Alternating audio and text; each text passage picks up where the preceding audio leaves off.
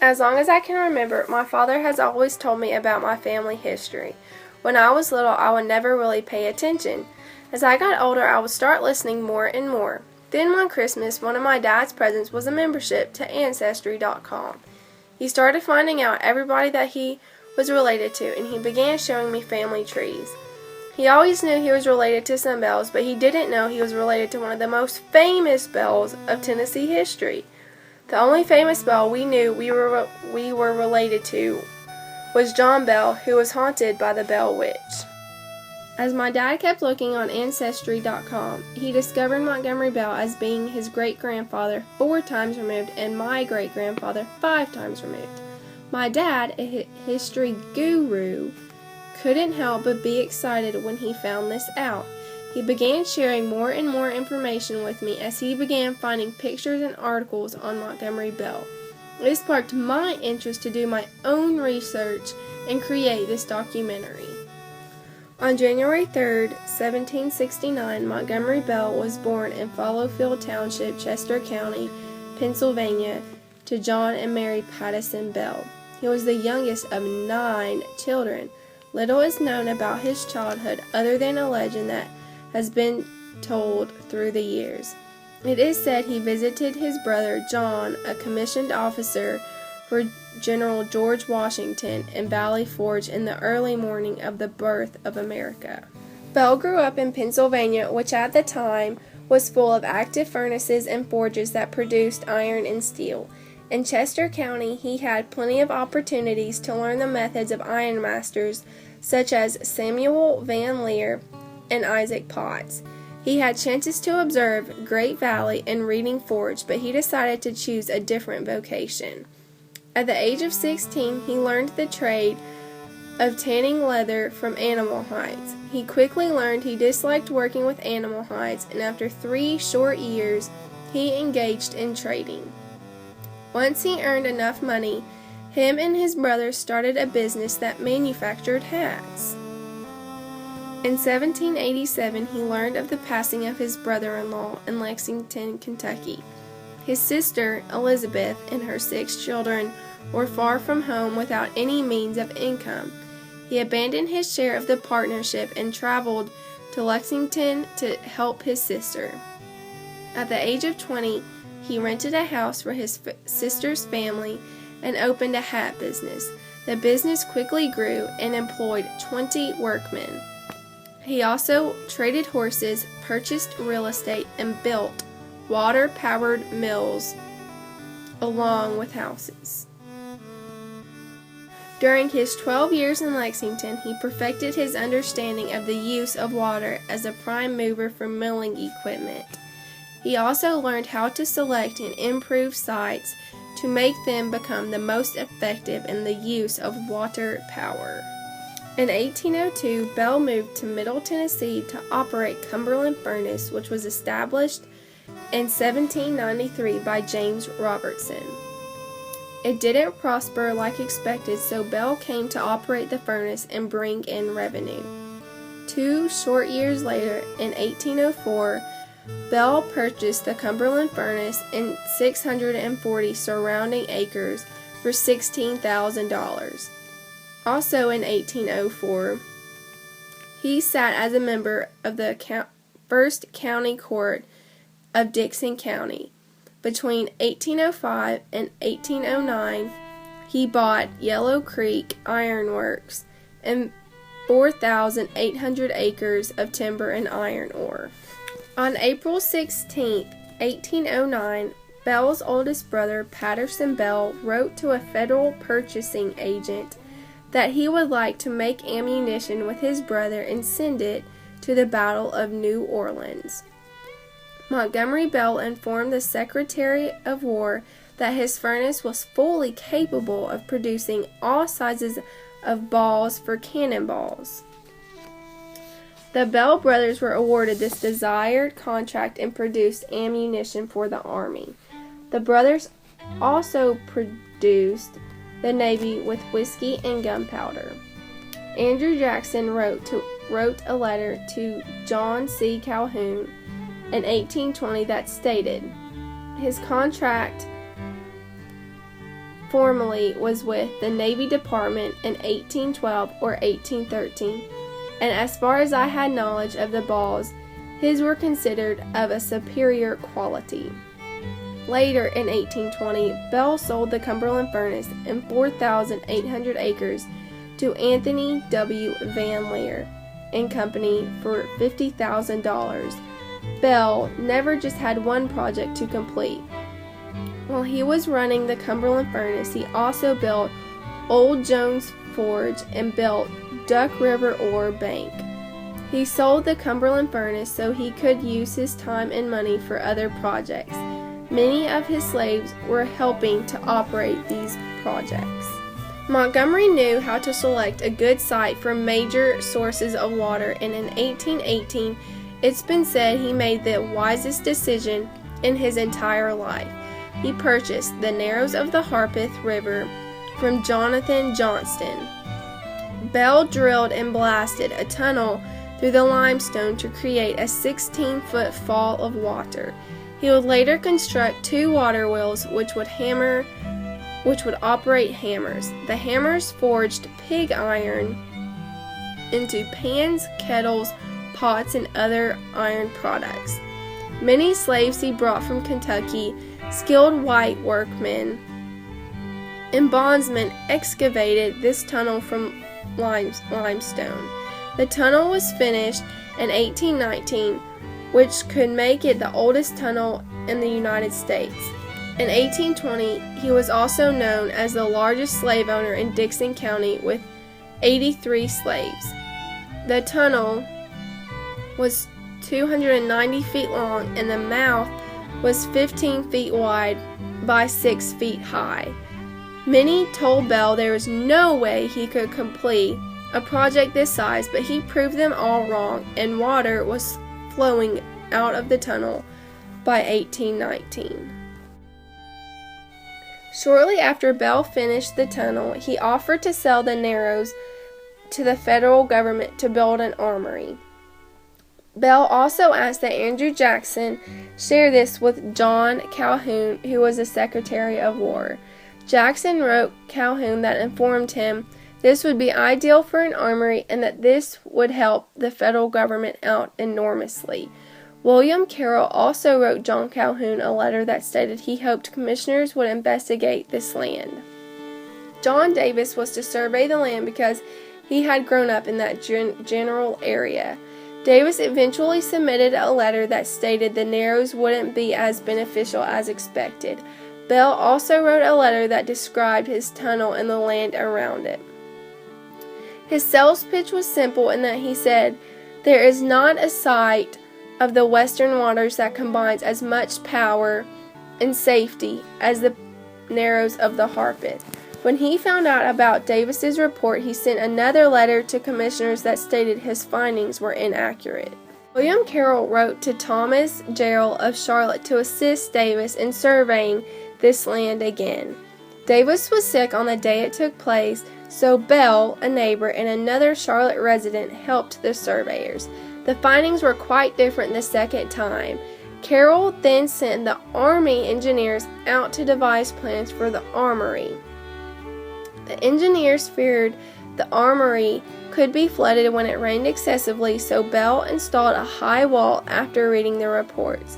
The Panic of 1819 and the fear of flooding eventually crushed any hope that Bell would sell the tunnel to the government. Come 1823, Bell sent a letter to the General Assembly that if the state ever established an armory or state prison, that the Narrows would be up for sale. Like before, his offer was declined. In 1824, he built the Bellevue Furnace after buying the Mother Ore Bank a year earlier. Between 1823 and 1830, his iron empire in Middle Tennessee was slow. Around 1830, he completed Valley Forge with a dam that provided power to operate the hammers. The water was redirected to create more power.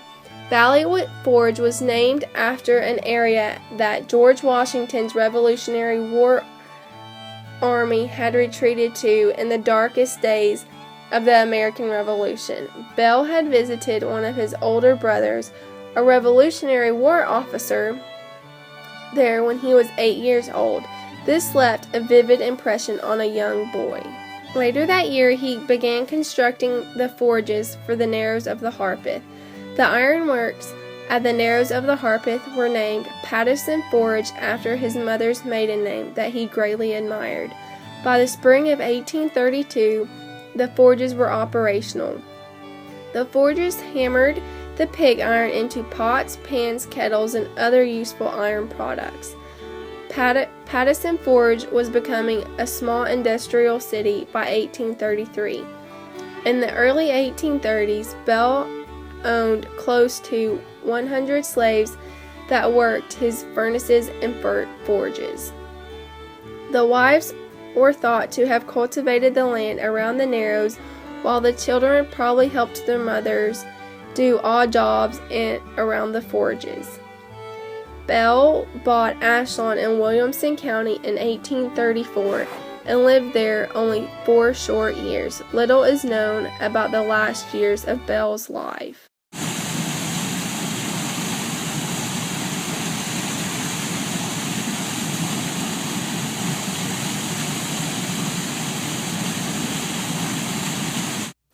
The last furnace Bell built was the Worley furnace in 1844 at the Mother Ore Bank. This furnace was the first that utilized a steam-powered cold blast system. The steam engine provided power to produce many tons of pig iron weekly. This furnace was named after Bell's first slave he purchased in Kentucky, and over the years they grew to become close friends. James Worley guarded his fortune and supervised many of Bell's projects in Middle Tennessee. Many of Bell's slaves were descendants of his beloved slave and friend. By 1850, Bell owned over 350 slaves that worked at his furnaces and forges. Before Bell died, he responded to the American Colonization Act by freeing many of his slaves and transporting them to Africa. He never separated families while sending them to Liberia. The first time he sent a family of slaves overseas, many died, which was devastating to Bell. He sent his nephew to England to purchase machinery for the furnaces and forges so the slaves would have work when reaching Africa. There are no records that report how many slaves Bell sent to Africa. April 1st, 1855, Montgomery Bell died at his cabin located at Valley Forge. It is said the windows to his cabin were opened when he died and snow had settled on his bed. Bell had left $20,000 to the University of Nashville for the purpose of establishing a school for children who were extremely poor, and $1,000 to Nashville's First Presbyterian Church. Dempsey Weaver invested the $20,000, and come 1867, the original amount had grown to $46,000. Montgomery Bell Academy was founded by Dr. John Lindsley with this money. As of 2013, Montgomery Bell Academy has been school to thousands of young men for 167 years. A state park has also been named after Montgomery Bell. Montgomery Bell State Park began in the 1930s and is known as one of the most popular recreational areas in Tennessee. The tunnel at the Narrows of the Harpeth was nominated to the National Register of Historic Places and became listed on April 16, 1971. The tunnel has withstood the withering time and water. As of today, the tunnel is still very much visible at the Narrows of the Harpeth. Montgomery Bell is often called the Iron Master of Tennessee. Bell passed away 158 years ago, but many of his works can still be visited today. Bell's determination and hard work have impacted Middle Tennessee over the last 150 years.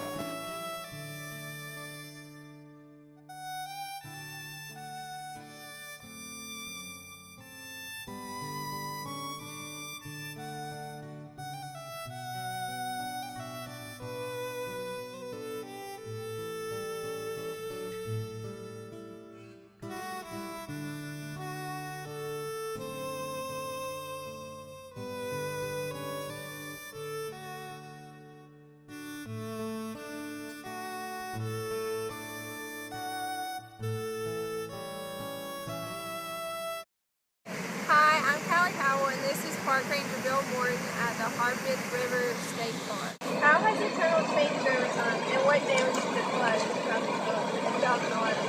Okay, it was in 2010, May 1st and 2nd. As far as how the tunnel's changed, it's basically eroding and collapsing. I believe it's doing what is, as far as what's natural in Tennessee limestone. You know, we have a lot of caves in Tennessee. So, I mean, it's bound to happen. It's, caverning out from the far end. This side of the tunnel here, the mouth, is probably about as close to the original side, other than the erosion from the waterfall over time wearing on this down as far as, the water getting closer. Because I believe the original drop was about 14 foot at this time when they're, doing the iron rings. Question number 2. How do you think Bell influenced the economy of this area? From what I understand, what I've read, Montgomery Bell was the richest man in Middle Tennessee. I've even heard some of the local folks, I've never read anything, say that he was the richest man in Tennessee in his time. He owned tons of property, also a very shrewd businessman, he was a pivotal part of the economy of this area, not to mention the iron ore that he produced and sold, which he won an award in 1851 for some of the best iron ore in the world. So, not only was he contributing to the economy here, I think he was contributing to the economy globally. And also the knowledge of iron ore that was passed on through what he learned through his processes. Based on what you've heard, read, and researched, what do you think Bell would have to do? From what I've heard, read, and researched, he was not a nice guy. Very, like we said a minute ago, very shrewd businessman. I've actually seen records. You can go back to Dickson County court records. It's Cheatham County now, but it was Dickson County back then. And you can see if he borrowed money from you, for example, you would have to sue him to get it back. And I don't understand why people kept lending him money after they knew this fact.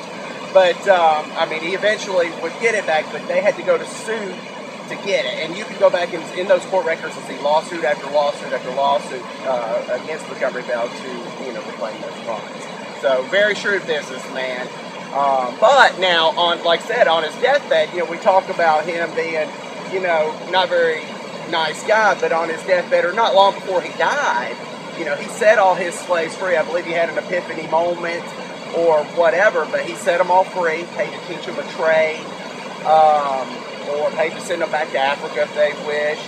He gave money to start a boys' school, Montgomery Bell Academy, which was originally started as a school for the underprivileged. That's not the case now, but back then that was his original school. I've heard accounts that Bell hunts the area and is very cold.